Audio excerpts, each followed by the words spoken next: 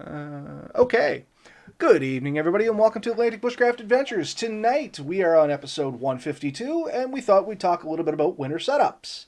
Uh, it seems appropriate. Funny enough, just before we came on, we were talking about the snow and the forecasting snow, and kind of just the fact that it started snowing like start of January, and it really hasn't stopped here in Nova Scotia for any significant amount of time. So there's all kinds of snow. And honestly, depending on your setup, and hopefully we talk about some of those tonight, that can actually help you out a little bit. Oh, yeah. Yeah, and the other thing I kind of wanted to get out of it is, I know it's sexy, it's cool to talk about like the hot tent and the stove, but not everyone has that. It's not realistic for everyone. If you're only getting out once or twice a year, maybe that's not your thing. But that doesn't mean you can't get out winter camping. A lot of people kind of think it's beyond their capability, and it's not. You don't need that much to do it. So Steve's saying hi from the Dominican, and all I can say is I'm still jealous. I heard it's quite warm at his house today. That's the rumor I have. I mean, when we were all over there checking things out, it was nice. So just yeah. So anyway, I heard he's buying us a new hot tub after we broke his. I mean, we agreed on this before, Steve. If we get your stuff, we get to split it. See, that's what happens when you show up to one of our gatherings. You all unnecessarily and unknowingly potentially sign away everything you own to Ben and I. But anyway, 27 degrees. Oh, man. It really... I was just telling Ben this morning it was minus 25. Minus 25 Celsius. I can't do the math really quick in my head, but it's cold anyway for our Fahrenheit brethren. But yeah, it's kind of dirty up here. But anyway, we digress a little bit. Yeah, hot tents are great. I personally don't have one. I want one, don't get me wrong. But when I do go out doing a little bit of winter camping, I don't want to say I don't have the luxury of a hot tent, because they are a luxury. They're also kind of nice. But it's not necessarily a luxury either. You can also go about this as a whole other way of going out. Hot tenting was something relatively new to me when you and I started chatting, like way back when we first started this. I had seen it, I'd heard of it, all that good stuff. I just never done a lot of it myself. To this day, I think I've only stayed in a hot tent twice, to be perfectly honest with you. And it was never mine. You know what I mean? I was just kind of along for the ride, and I was the tourist, if you will. But yeah, just I guess the big thing is hot tenting can be relatively pricey. By the time you get a stove, or make a stove, or get a tent, or make a tent, whatever the case may be, unless you luck out and you're like me and you just happen to wait and never buy one, you don't have to spend the money. But there are lots of ways you can go out and still enjoy camping in the winter. You just have to have a decent setup, and there's some things you can look for when you're setting up, and some stuff you can do when you set up. That's going to make your stay out there a little bit more enjoyable. And that's kind of where I wanted to go with this tonight. And I think you're very similar along those lines, Ben. Oh, yeah. That's what I want to talk about. I want to talk about, everyday Joe winter camping, because I think it's something anyone can do with a little preparation and a little thought. And so there's a few key things that we want to hit to do that. And I guess... where do we want to start with this? I think maybe above and beyond everything else, to me, shelter is one of the huge parts. I'm good with going with shelter. The only thing I want to say before we go into all of it, because I won't talk about it a whole lot, my number one tip for going out in the winter, kind of 1 and 2 or 1.5, whatever you want to call it, is try and go with somebody. Don't go out by yourself. It's just that extra set of hands, gives you a little bit more time because your daylight is minimal. And it's that extra layer of security. And if you have the potential or the possibility, go with somebody that's done it before so you can learn from what they've already done. Because chances are if they've done it at least a couple times, they know what works, what doesn't work. It just, once again, where you are going to be going out, potentially really cold weather, like right now outside, it's actually fairly warm. But once again, back to the minus 25. At minus 25 at night, your margin of error shrinks quite a bit than if it was the middle of summer. You know what I mean? So that's my 2 cents, is if you can, grab a buddy, something like that, go on out, and that way, even if it's just like stalking the fire, there's two of you doing it. Somebody will remember, um, and there's just a little bit more cushion for air. That's all I really want to say about it. You're not going to throw out there that if you can get a chubbier partner, it really kind of helps. I was gonna say, if you get a larger partner, I mean, you ever see Star Wars? That's all I'm saying. Like they survived a cold night. Everyone is saying, so I want someone that's really skinny. You don't know. You can't win camping. You don't. In the winter, you want somebody that's big and fluffy, and I mean, yeah, potentially you have to be all right with cuddly. So, but no, realistically, in all honesty, if you go out with somebody else and you're sleeping in the same tent, that's that much more heat inside the tent that you're staying in because you're taking up more space, you're generating your own heat. It's a little easier. I mean, as minuscule as it might be, it's still a little easier to stay warmer with some of that space being taken up by something that's generating its own heat as well. You know what I mean? Like, it does help. Trust me from a guy that's gone out the first time winter camping on his own, screwed it up pretty bad, and then went out with a friend and had a way better experience. Oh yeah, no, it definitely helps. So yeah, there's definitely stages that you need to consider, different things, because it's not one thing that makes the trip better. It's getting all those things lined up so it works. And the reason I kind of want to start with shelter is if you can keep the wind off of you. The wind steals heat so bad. I mean, everyone hears the word wind chill. They know what it means.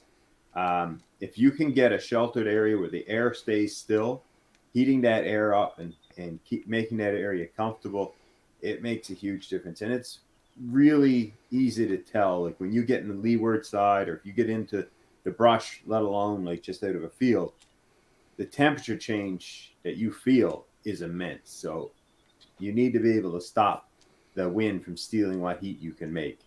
That alone is going to make a huge difference on your trip. Whether you're doing a lean-to or an actual full shelter, get that wind, stop that wind. That's going to make a huge difference. And the cheap, quick ideas there, good tarp, just a decent tarp. Doesn't have to be expensive tarp. You need a tarp that's going to block the wind that's large enough to create a good blockage. And not just the one direction. Try to stop it from 3, if not 4 directions. You know what I mean? No, I completely agree with you. My follow-up, once again, doesn't have to be an expensive tarp like Ben said, but it has to be a fairly durable tarp, especially if there's snow predicted while you're out. It has to take a little bit of weight. Those ultralight tarps, great, as long as they're durable along with it. And what I'm thinking here is you can get those Mylar tarps, and I've seen them occasionally, and people will grab them and just use that as their tarp. You know what I mean? Well, it's Mylar. It's going to reflect the heat. Yes, but it has very little durability to it. They rip easy. So just make sure it's going to be durable enough to potentially hold a little bit of snow, ice, rain, sleet, whatever happens to be coming down if you're out. And another thing to try and roll that off, it's kind of a double-edged sword. If you got one that's sturdy enough, getting that on top of you a little bit is going to add a little bit of thermal insulation, but you have to balance that with too much. You're going to weaken the structure of whatever you're in, and it could potentially collapse on you. So depending on how much snow you're expecting, coupled with the winds, you can either have a shallower pitch or a steep... what's the opposite of shallow here, Ben? What am I looking for? Deep. Deeper pitch, there we go. And it's... Steep. Yeah, I know, I had a brain fart. But, like that. but yeah, there's other factors, I guess, is where I'm going with this to keep into mind along with your shelter. Like I said, a little pre-planning. Check your weather, know how long you're going out for, and like I said, balance out between what you're taking with what's going to be coming down on you or blowing into you. Oh, yeah. Yeah, so I want to sort of add to that a little bit. Yeah, so good tarp. If you don't have a super durable tarp, adding extra structure. So it doesn't take much. A few branches, build a physical structure, and use the tarp over the top of that just to stop leakage. That helps. In a time when you got a ton of snow, if you have that structure, so what is it? A couple of thin poles, logs, whatever you want to call it, laid out to hold it up, and then lay a few against it, and you put your tarp over the top of that, and then you can throw moss if the ground bows, or just snow itself. Snow is an awesome shelter builder. It An provides awesome insulator, as long as you can keep it from directly touching your skin. yeah, it provides an insulation. It's going to stop the wind. It's going to absorb any moisture that does hit it. So even if it does rain or change, that'll absorb quite a bit before it leaks through to you. Mm-hmm. And then if you got that tarp underneath it, even when it does, it's going to go out.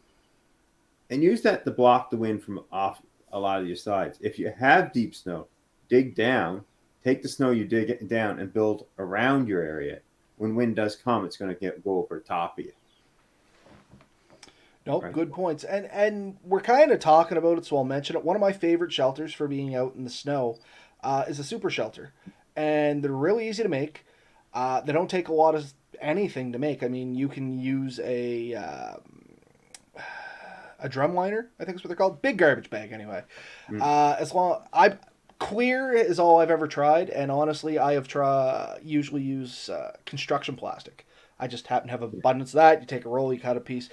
Definitely YouTube Super Shelter or Google Super Shelter. Maybe we'll make a video in the future of how to make a super shelter. But anyway, that's one of my favorite go-tos without having a hot tent, because it's relatively easy to build, relatively inexpensive, and it stays warm. I think I've talked about this in the past. We've tested this. It was minus 20 something outside, and we had it like plus 18 inside with not a whole lot of work. And with two people, you usually just take shifts, is what was our thing.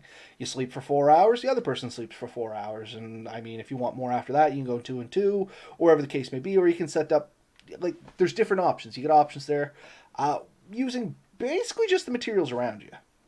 And then, of course, you can get into whatever else you want. Like Ben said, there's lean-tos, there's wiki-ups, there's TP setups, whatever you want. These can all be out there, but the more intricate you get, the more supplies you're going to need readily available around you, as well as more time you're going to need to set it up. That's why I default to the super shelter.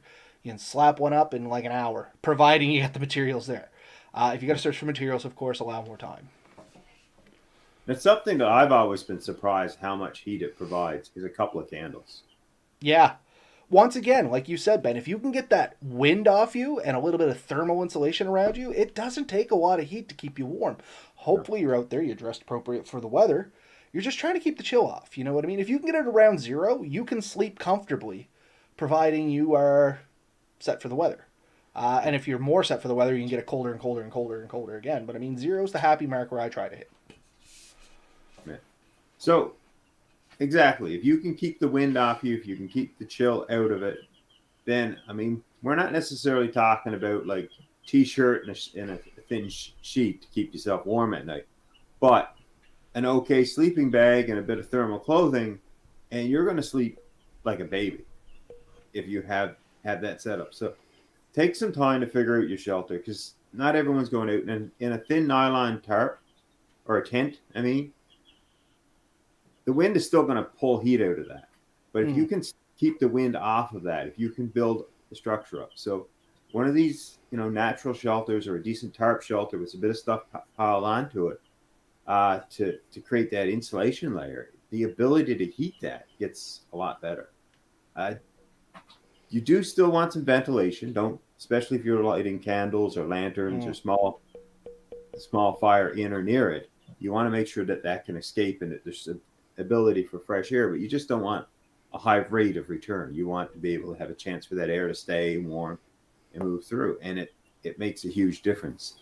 And it's a lot more comfortable. You can sit there with your buddy and talk. The wind's not on you, not freezing. It's going to be better. I agree with you. A partner, a buddy, girlfriend, good dog.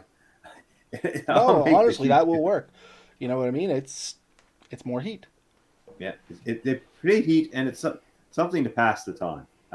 Someone to talk to, and if anyone laughs, I mean, I've had some of the best conversation in my life with my dog. So, yeah. So, again, what are we saying? Shelter. I think it's almost number 1. Number 2 in that shelter is getting yourself insulated from the ground. Mm-hmm. So You build the greatest shelter in the world, but then you have a cold ground or a piece of ice underneath you, and you're sitting on that ice. You're never going to feel warm. So, what options do we have there? Well, great word. Boughs. Oh, sorry, go for it. I was going to suggest some boughs work really good. Um, cheap foam mat from Walmart, Canadian Tire, anything like that. Just the thicker the better. We're not talking a thin like yoga mat. We're looking for ½ inch to a full inch thickness. Air mattresses, whether they're insulated or not, create a cushion. What were you going to say? You had a few things, I think. So something that immediately pops to mind for me that works really well for the winter, and I've used it, and I know you've probably used it too, Ben. The windshield reflectors from the dollar store. Yes. The ones with the little bit of foam and the mylar on either side. You'd be surprised at how much they'll reflect out and reflect in. One of those coupled with an air mattress, and those work really well. The air mattress, it does create some cushion. Unless you can get a little bit more between you and the air mattress, sometimes it can still get you a little chilled. It's better than sleeping on the ground. Don't misunderstand. But it's still trapping cold air and putting it right beside you. So if you can get something to kind of break that cold effect, that works even better. You said boughs. My only add-on to that would be if you're throwing boughs down, it's not as simple as just throwing boughs down if you plan on sleeping on them. If you're sitting on them, that's one thing. But if you're sleeping on them, take the time to take the pointy end of the sticks and tuck them down in and kind of weave them. You will thank yourself in the morning or the first time you roll over and take one where you don't want it to be taken. And I'll leave that up to your imagination because that can be anywhere. Because that's pretty much what happens. First time I made a bough bed, I just threw them down. Crawled in on it with a wool blanket, and I was poked senseless all night. That's how I found out if you take the time and you weave the sticks down, way better sleep. Way better sleep. There's a few tricks there too. Not taking the bigger branch, but just the smaller ends and getting a fall. But it takes a fair bit of work to build a proper bough bed.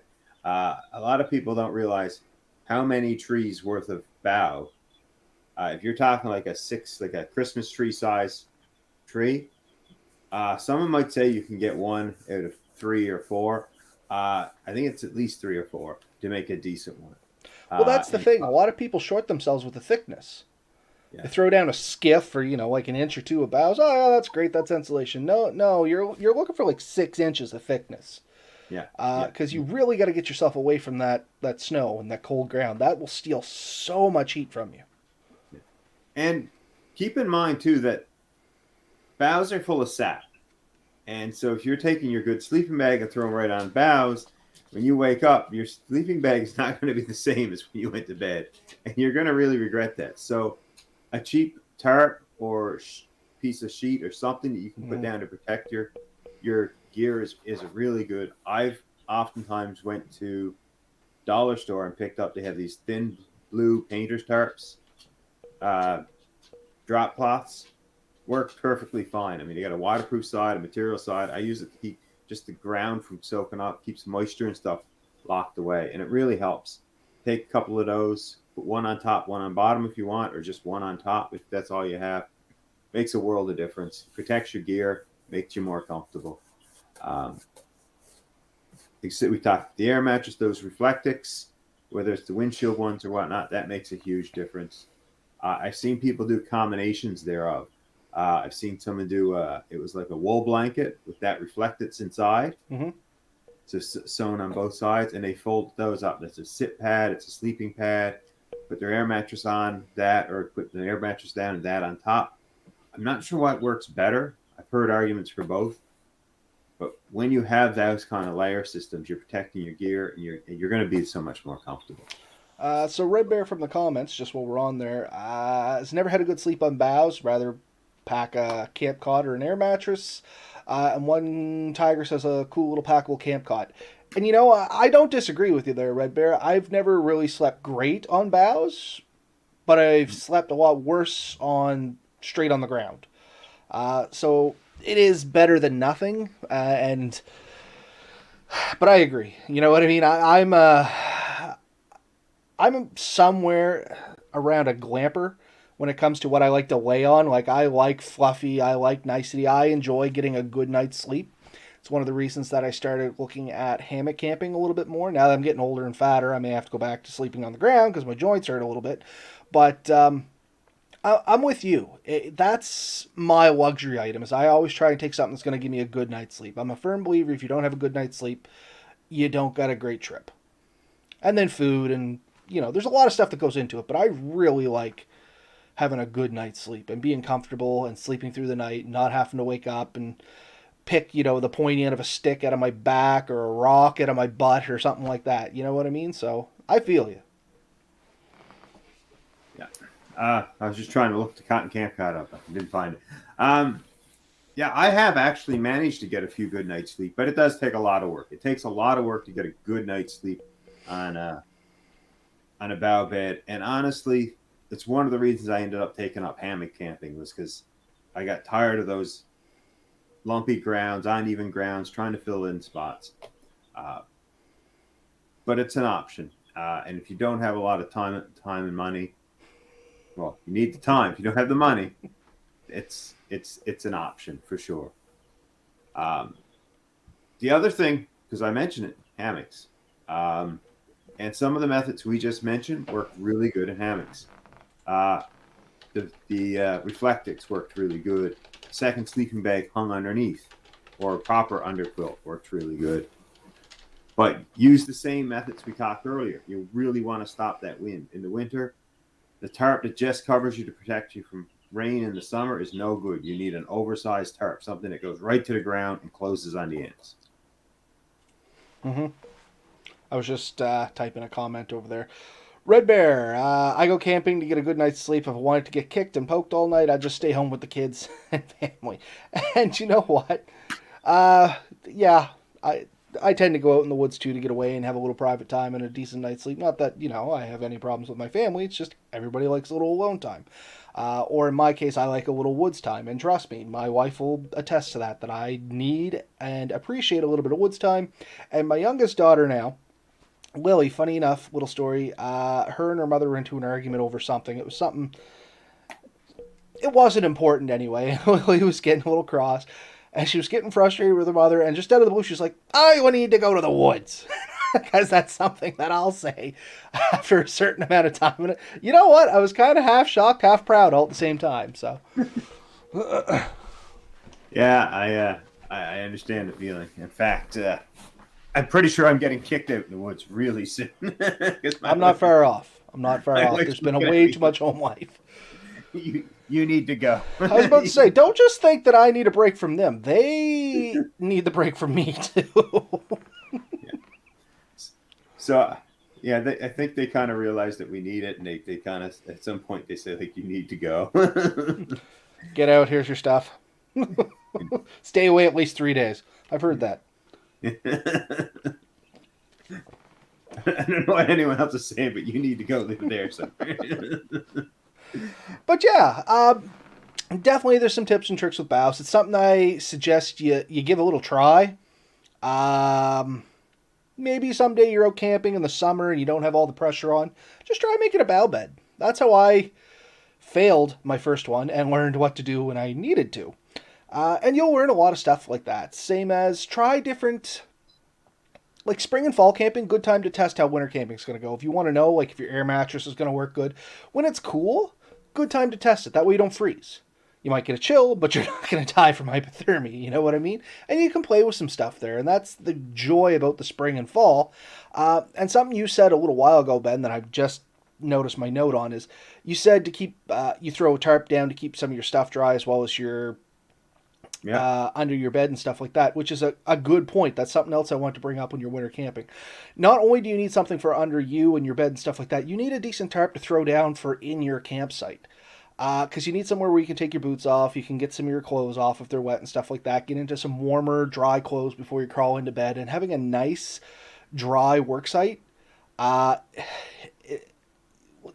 you just basically need one when you're out winter camping. I mean, you might be able to get away without it, but it's not going to be a good time. It is so much better just to throw in that, like, literally $4 dollar store tarp. If that's what you can get, that is great. If you got something else, go for it. And when I say dollar store tarp, because sometimes the dollar stores don't always have the drop cloths that Ben's talking about. My location here in Glasgow, it's hit and miss if they have them. But literally, like those just plastic tarps, that's still it'll keep you dry. Might make some noise, but hopefully you're not up tap dancing on it all night. You know what I mean? Yeah, but it does make a difference. You can generally get a decent um, tarp for only a few dollars. And if tarp doesn't work, go into any hardware store and look for a drop cloth. Usually you can get the ones with the plastic backing, but honestly, even if you don't, um, you can treat it with a little bit of like the linseed oil wax. Just make it somewhat waterproof, and it's going to do you a ton of good. And a decent drop cloth, I mean, you're talking like a fair bit of material. You can build your shelter out of it. You can build your ground protection from it. You can get a lot out of a bag there, and you're not talking a fortune here.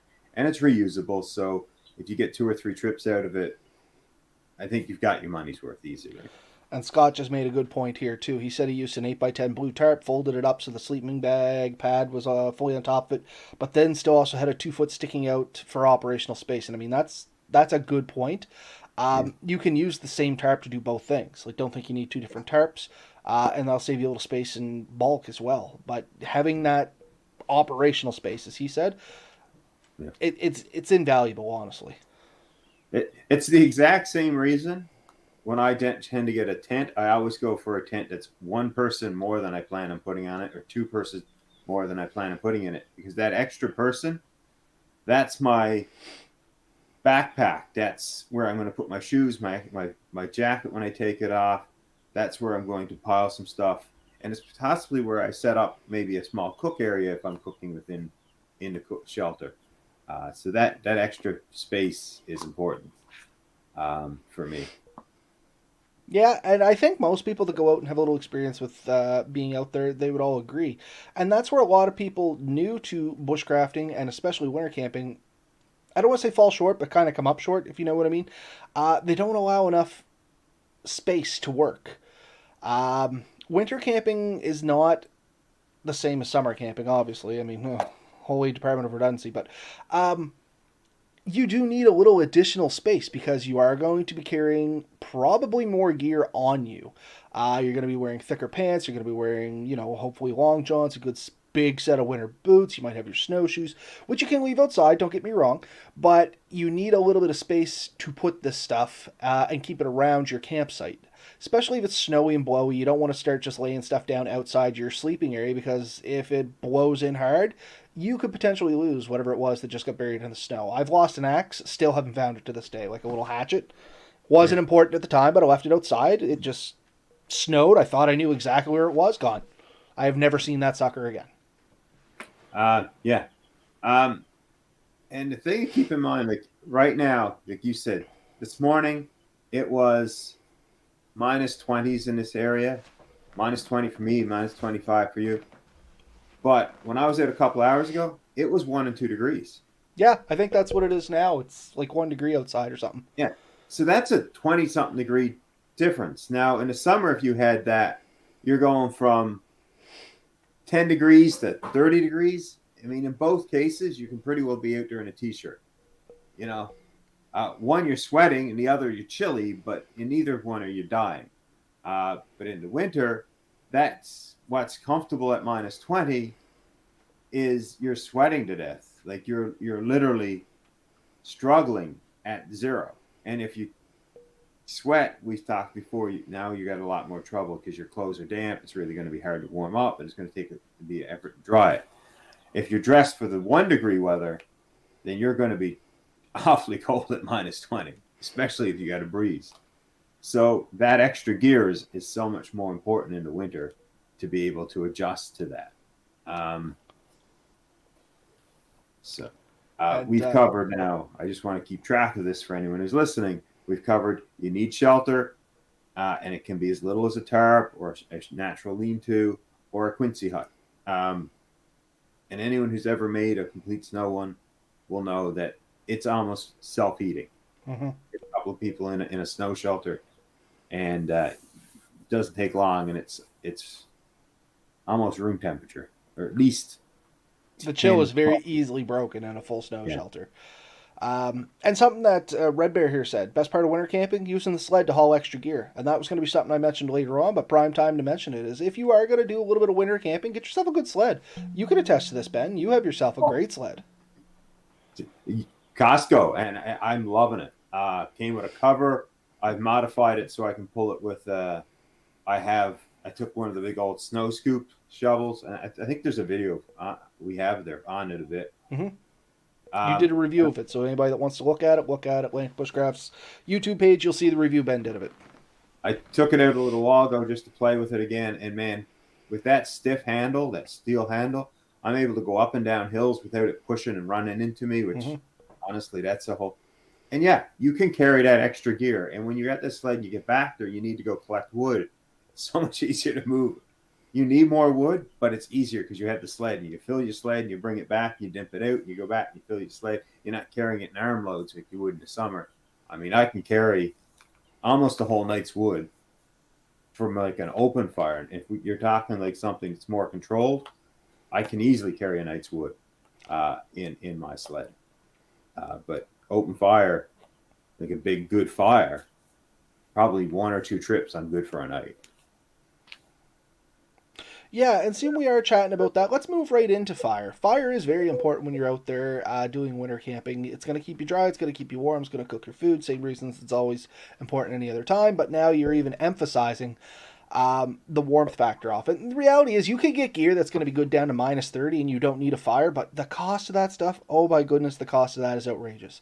But it is out there, and if that's your thing, by all means, go out. If you can spend the money, go for it and enjoy it. I can't. I'm not. I'm too broke for that, in all honesty. But so fire becomes even more important to me. Now, in the winter, the way I make my fire does change a little bit. During the summer, it's the classic fire pit. You know what I mean? You get some rocks, you fire a circle into it, you make your fire inside. And, you know, you're good for roasting weenies, having a few cocktails over it, and chatting with your buddies. Everything's good. During the winter, I tend to go with a lower, longer fire, especially if I'm going to be sleeping beside it or using it to heat my super shelter or something like that, because specifically if I'm laying beside it, I want my fire about as long as I am, because it's going to be my primary source of heat. Now, if I am laying next to it, that also brings into, if I use like my Teton or Tenton or however the hell you pronounce that over there, sleeping bag, one spark, that sucker is just going to turn into a match and just poof. You know what I mean? So now you got to think more about protecting some of your stuff as well if you're going to be sleeping next to an exposed fire. Wool is good for that. Generally, it'll... Sorry? I was going to say the same thing, so just yeah. Wool is really good for that. It'll smolder. You still don't want it to actually be into open flames. Like, don't get me wrong. Everything has a burning point. It's just how hot you have to get it. Wool works good with that. Iron skin works good with that, or iron cloth, whatever you want to call it. If you can get some cotton, you do like the mineral spirit and linseed oil and let it dry. There's a few other things. Just look it up. It's called iron cloth. That works great. Just something that's going to protect those super flammable materials from taking a spark. And just something to keep in the back of your mind. A couple things I want to throw out there with fire is what you put underneath your fire becomes infinitely more important in the winter.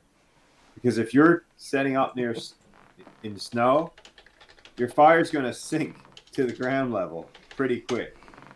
So when you start off, if you have a nice fire, you're sitting on a pretty solid level of snow. Next thing you know, your fire's 2 feet down below you. And I've seen, I don't know if you know, I think anyone who's tried to get a good fire in nice thick woods in deep snow, what you need to do is get a few logs, put them crossways, and build your fire on top of that. Yes, eventually it's going to burn that down. It still might sink some, but that raft that you're building is going to keep it from sinking as much or as quickly. And it's pretty important. If you can scrape a lot of that snow out and get down to ground level, again, since you want to protect the moisture, because a lot of times that ground is wet and frozen. As the fire starts, it's going to melt that. The water's going to come up, and it's going to kill your fire. So that raft is still important in the winter, where in the summer you can find maybe a good mineral soil, light the fire on top of it. You don't have to worry about fire burning into the ground and being permanent damage. In the winter, you have a different series. You want to protect the fire from the ground, from the snow, and and keep that in mind. And as Red Bear just said out of the comments there, that is kind of one of the advantages of a hot tent, especially if it's like one of the bigger canvas ones or fancier ones. You can put a floor down, you can build the whole thing inside, and you're gonna sink a little bit in the snow, but it's gonna be very little going down. It is a much more serious thing to keep on mind if you're out there freelancing it, like we're talking about here tonight. If it's fluffier snow or just anything, as long as it's not really crusty snow, I like to try and dig down a little bit. It gives me that shelter around me. The downside to this, which I can already hear some people saying, is the lower you go, or sorry, cold air sinks. You know what I mean? So you kind of got to offset that with your fire and your sleeping setup. If you do like a snow shelter, which we talked about a little earlier, the way you're supposed to do it is you make like your snow cave and a sleeping shelf, which keeps you from the lowest part of the cave. Now, works good in theory. And if you have a ton of snow, works real good in practicality. If you don't, the problem with that is you got to make such a big snow cave to do that kind of step up. You really have to watch your thinning if you're outside shell and things like that. And I think I've talked about it in the past where me and a buddy of mine went out, tried this, and it collapsed on us. And that was quite the interesting night. Yeah. We do struggle here more than other places I've been where we can get you. I've been in places with a ton of snow. It makes it a lot easier. Here, you might be scraping snow up from a much larger area to build that kind of shelter. But there are some tricks. There definitely are some tricks. And one of the ones that I found is to build something to structure your shelter with and then pack that over. Mm-hmm. So rather than trying to build up a big snow hill and dig it out, build it up over something. So just grab some nice thin boughs. Alder works really good. Something you can build like a semi shelter out of anyways. Throw a tarp or something over and then pack the snow on that. So you already have it built up, and then you can build your little platform inside of it. It protects it from that collapsing, and because you don't have the thickness and the material that you want it. So it's a combination. You're still going to use the snow to help your shelter, but it's going to be supported with something. There's quite a few ways to do that. Take your time, figure it out, and work with what's available. If I tell you one method here, you go into the woods and your woods is totally different, or that the sizes you want isn't available, you're going to struggle with that. So, as someone said, you build your shelter from whatever material is most plentiful. Most readily available. Exactly. Yeah. Something I like to do when I go out in the woods, summer, winter, doesn't matter. If I'm building a natural shelter, look for something I can work off of. A blowdown, which already sets up like a basic lean-to for you, great to work with. Or better yet, if it flips up and you get that kind of back area where it's the snow won't gather in and stuff as much, as long as it's dry, not a bad place to set up either. The problem with that is a lot of times that's also where moisture tends to collect. But the odd time you get that unicorn where it's dry and it gives you almost this perfect little covering over, and then you just kind of got to finish sealing it off on one side, and it leaves you almost a basic perfect little cave. And beautiful setup like that. It's just, like I said, it's challenging to find the right conditions for that, but it's always worth keeping an eye out and checking. Especially if you're just out for a hike or something like that. You really don't have a 100% plan where you're going to set up. You're just looking around. Keep an eye out for natural things that's going to make your life easier when you're out there. Spend less calories, because you are cold. Calories are going to keep you warm, and they're going to be important. Or if it's just easier to set a fire up in that area because you're already down to the dirt or closer to the dirt or something like that. You know what I mean? Why make life harder for yourself? Oh, yeah. All that being said, blowdowns are great. Natural rocks formations are really good. One of my favorite shelters I ever had, we had two big rocks with flat faces facing each other and a small gap in between that was big enough for 4 or 5 people. It didn't take much to throw a couple of logs over the top of that. We didn't at that time. We didn't need to. We just laid a tarp up against it. But, man, when the wind came through, we already felt protected. We just needed to keep anything from falling on top of us. And we made a great shelter with very little materials. So just size up your environment. It usually doesn't take much to find something that's a lot better than nothing. And then a little bit of work makes it a lot better than almost everything. So Fish85 saying they haven't had a lot of snow in northern Michigan. Usually 2 to 3 feet. This winter haven't had enough to run the snowmobile. We're kind of the opposite. Nova Scotia's a wild card. We generally get weird and wacky weather. But we never really get a whole ton of snow. Now, this year, it's just basically started snowing and hasn't really stopped. And I mean, we're still kind of belly aching a little bit, don't get me wrong. I've been to like Nunavut, Yellowknife, stuff like that, and seen way more snow. But for us, I think it's worth a slight complaint. I haven't seen snow like this in a few years. I haven't seen what you guys got. What we got down here is not incredible. But then again, I grew up in a place where 6 feet of snow is not considered unusual inside of a few weeks. And that's what I mean. I understand there's places like that out here. I mean, on my front line, it's up over my waist in a lot of spots. Yeah, that's pretty good. So I mean, like that's abnormal for here. Usually, if I get knee deep snow, we've had a bit of snow this year, but now we're talking like two times that, maybe better. And I do realize also the province has been hit weird this year. Halifax got less than we did, and it's just anyway, it's all over the board. But right here, right now, like I said, there's patches out there where it's waist deep. Like I tried to pull the bike out to use the plow, and it just disappeared. So I just stuck it right back in, and that's probably where it is until spring now. Yeah, everything has its limitations. So, shelter, fire. We've talked a bit about protecting yourself from the ground. I guess the next thing I think we really need to talk. We've talked about clothing and stuff in previous episodes. I think we've killed that for a while. But a good sleeping bag. Everything else being said, a good sleeping system maybe is a better word for it. Can't be overemphasized in this particular case. And again, doesn't have to be a fortune. It can be a Walmart sleeping bag or multiple sleeping bags. If you don't I was have just the going to money. say, stacking sleeping bags works rather well. Yeah. Yeah. 2 or 3 summer sleeping bags equals 1 winter sleeping bag. And if that's all you have and you want to get out and figure out, is it worth buying a better sleeping bag? And there's plenty of other options out there if you are going to buy one and buying the $1,000 to $3,000 sleeping bag. There are a couple $100 sleeping bags that are going to do an awesome job. We've done episodes on that too, so you can look back for those. We did the one comparing the one Tigris Defender to your Tenton. What's the model? Altos, 0 Fahrenheit. And we said, I think mine's minus 15 Celsius, ballpark, same thing. We found them very good, very comparable when we sized them up. Honestly, even packability wasn't a huge difference. Slightly better, I think, on my side, but not a ton. Weight, yours compacted tighter. Yeah. Mine, I think, ended up being like 2 grams lighter. That's it. Yeah, like they were dollar for dollar, weight pound for pound, comparable enough that we said, synthetic down. They got some. Whatever your preference is, there's your 2 great options. Yeah, and there like, are other. Oh, sorry, go ahead. I was going to say there are other couple companies out there that definitely worth looking at. Aegis Max is one that I've been seeing a ton of. I haven't tried them, but they look great.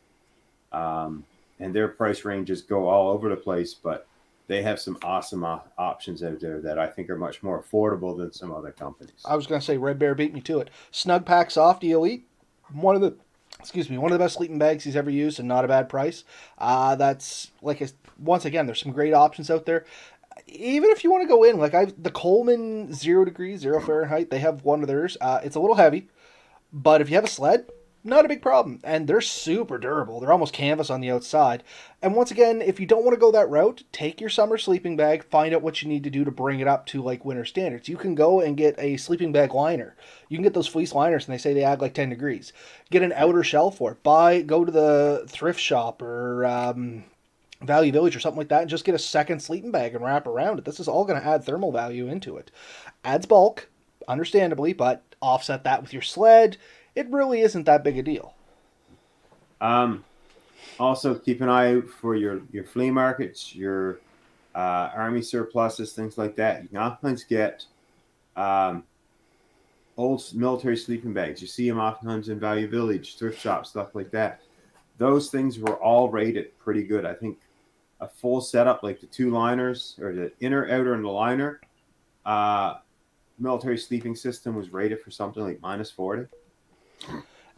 And Fish made a great thing here that I was going to mention. It kind of slipped my mind, but he's bringing it back up. Remember, when buying a sleeping bag, check the sizes. Some of the mummy bags don't fit fat guys without completely trapping yourself after zipping yourself in.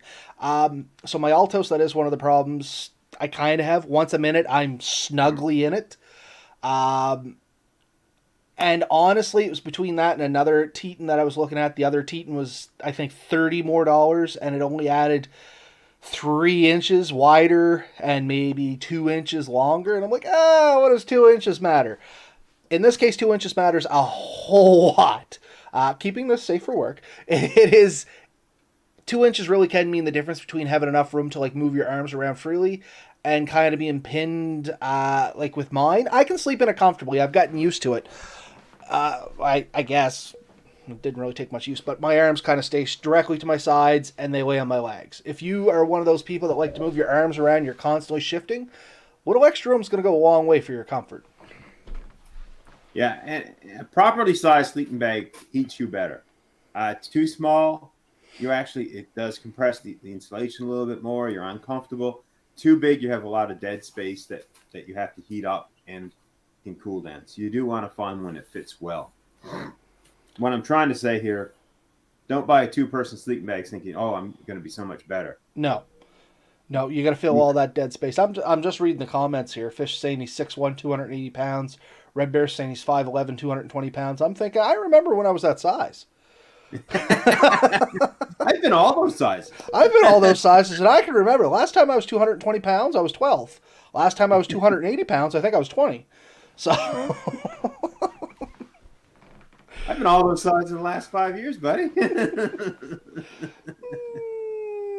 Not literally. The last time I remember, yeah, I was 12 years old. I was about 220 pounds, I think. I had just gone into middle school, so if that's 12 or 13, right around there is when I crossed the 200-pound mark, and I just kept going up. Anybody wondering, I'm like 5'10", and I'm 300 pounds plus. So, like, I'm a bigger guy, you know what I mean? And yeah, I totally get the whole needing the extra room. But the thing is, for me, that sleeping bag still worked out all right because when I go to sleep, I don't move much. So all I got to do is get myself comfortable once, and once I'm asleep, I'm good until I wake up. But there are a lot of people out there, they like to shift their arms and stuff like that, and that is a real concern for comfort. Find something you're going to be comfortable in. I have the Tenton Trailblazer, I think it's called. Nice sleeping bag. I like it. I do enjoy it. When I bought it, I was about 6'1", 300 pounds. And honestly, I couldn't zip it up. But that was okay. I bought it because it basically is a top quilt in a hammock. Mm-hmm. And I used it that way quite a bit. Again, good sleeping bag. Enjoyed it a lot. Still use it in the summer. Now I can zip it up. So it makes a huge difference. Thing to keep in mind, the parts of the sleeping bag that are underneath you aren't doing a lot of good for you. So a lot of people have gone to a total quilt system. And what that means is you need a good sleeping pad and a good blanket to go over top of you. And it can cover you. It can be closed. They call it like a box. And that can go up to basically your knees because your lower legs aren't creating enough downward force to kill a lot of the insulation. And then that pad that goes underneath you needs to go from at least your knees to at least the top of your shoulders. Because that's what most of your body weight's going to be putting on. So some people with really efficient systems, that's all it is. It's a quilt with a box to get their feet and stuff in because your feet can get really cold. Makes a huge difference. Your feet are cold, you're cold. And, good hat, decent pillow system.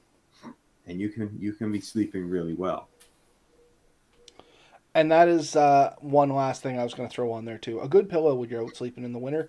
And if you have the luxury, draft tubes make a big difference in your sleeping bag when you are out in the winter too. And all draft tubes are in certain areas where you would have like around your neck and stuff like that. They put a little extra material so that it seals closer to your body and it can't let cold air go in. Once again, where I don't move, I can make my own draft tubes pretty easy. I just snug it up. When I go sleep, I'm done.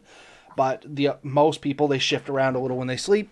That becomes a real issue. If you move and you get that big space and some cold air can get down in there, it can give you the chills pretty bad. You know what I mean?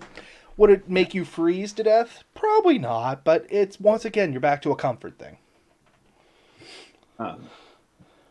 But I do like the layer system, so do keep that in mind.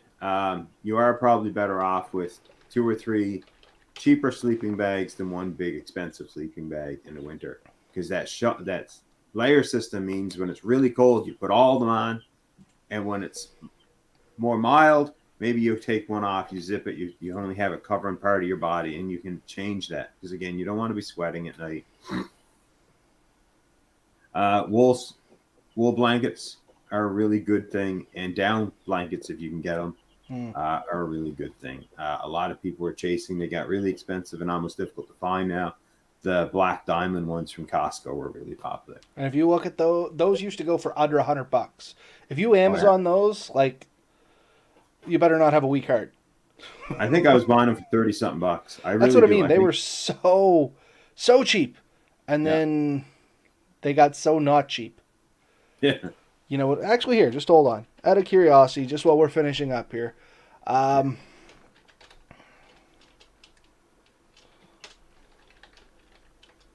find them? I'm just trying to type around a cord here. That's a double black diamond. They're a down throw is what they were considered, were they not? Yeah. Let's see. I can't even find the official double black diamond ones. There's a couple knockoffs, all in around the $100 mark, but I don't know if I'd trust those as much. But yeah, like I don't even see the official double black diamond on here anymore. Yeah, they were at one point relatively cheap, and I bought them at Costco. I think I got them on clearance. Like when they first started coming out, you'd hear about them. You go in the store, they'd be there for a few weeks, and I just happened to luck out one day. They had like a bunch of extra ones in a bin, and we just grabbed 5 or 6 and threw in a bin. I've made under quilts out of them. I used them as add-ons to my winter setup because they're lightweight. It's not much bigger than maybe 2 fists compressed. And they were a good size. Was the problem? A lot of these ones I'm seeing here, they're not that big. They were about 4 by 6, if I remember correctly, about 4 foot wide, maybe not quite, and almost 6 foot long. Like, yeah, so I found one, but it just says currently unavailable. Wow. But if anybody there watching this is going to bring it up, yeah, that's kind of what they looked like. And if you can buy one, you definitely get yourself a unicorn on one there. You're looking on Amazon or just in general? Just Amazon. I searched it in general. It's just not a lot came up. But anyway, yeah, so definitely, oh, it's been discontinued. Obviously.